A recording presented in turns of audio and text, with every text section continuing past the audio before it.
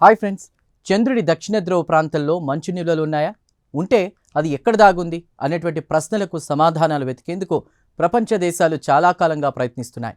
ఇప్పుడు చంద్రయాన్-2 ఆర్బిటర్ సేకరించిన డేటాను పరిశోధకులు విశ్లేషించారు.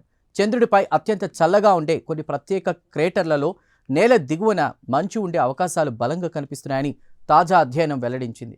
అసలు ఈ పరిశోధనలో శాస్త్రవేత్తలు ఏం గుర్తించారో ఇప్పుడు తెలుసుకుందాం. ఈ అధ్యయన వివరాలు ఎన్పీజే స్పేస్ ఎక్స్ప్లోరేషన్ జర్నల్లో ప్రచురితమయ్యాయి. అహ్మదాబాద్లోని ఫిజికల్ రీసెర్చ్ ల్యాబొరేటరీకి చెందిన Rishitosh K Sinha, Rajiv R Bharati, Kinsuk Acharya, Sanjay K Mishra, Neeraj Srivastava, Anil Bharadwaj నేతృత్వంలోని శాస్త్రవేత్తల బృందం ఈ పరిశోధనను నిర్వహించింది. ఇక చంద్రయాన్-2లోని dual frequency synthetic aperture radar సేకరించిన డేటాను విశ్లేషించి చంద్రుడి దక్షిణ ధ్రువ ప్రాంతంలోని పలు క్రేటర్లను పరిశీలించారు. పరిశోధకులు ముఖ్యంగా డబ్లీ షాడోడ్ క్రేటర్స్ అనే ప్రత్యేక క్రేటర్లపై దృష్టి పెట్టారు. ఇవి ఇప్పటికే శాశ్వత చీకటిలో ఉండే పెద్ద క్రేటర్ల లోపల ఏర్పడిన చిన్న క్రేటర్లు. వీటిలోకి సూర్యకాంతి మాత్రమే కాదు, చుట్టుపక్కల ప్రాంతాల నుంచి వచ్చే ప్రతిఫలిత కాంతి, ఉష్ణం కూడా దాదాపు చేరదు. అందువల్ల ఈ ప్రాంతాలు చంద్రుడిపై అత్యంత చల్లని ప్రాంతాలుగా మారి గడ్డకట్టిన నీరు లక్షల నుంచి కోట్ల సంవత్సరాల పాటు నిల్వ ఉండేందుకు అనుకూల పరిస్థితులు ఏర్పడతాయని శాస్త్రవేత్తలు చెబుతున్నారు.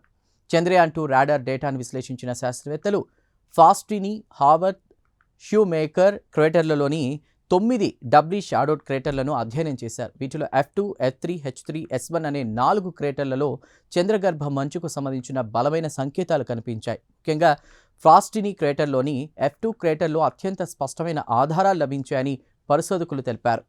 ఈ క్రేటర్లలో కనిపించిన ప్రత్యేక రాడార్ సంకేతాలు ఉపరితల నిర్మాణ లక్షణాలు, అక్కడ మంచు నిల్వలు ఉండే అవకాశాన్ని సూచిస్తున్నాయని శాస్త్రవేత్తలు చెబుతున్నారు. అయితే అన్ని క్రేటర్లలో ఒకే రకమైన ఫలితాలు కనిపించలేదు. దీంతో చంద్రుడి ధ్రువ ప్రాంతాల్లో నేల అంతర్భాగంలో మంచు సమానంగా వ్యాపించలేదని, కొన్ని ప్రాంతాల్లో మాత్రమే ఎక్కువగా కేంద్రీకృతమై ఉండొచ్చని వారు భావిస్తున్నారు. ఈ పరిశోధనలో మరో ముఖ్యమైన విషయం కూడా బయటపడింది.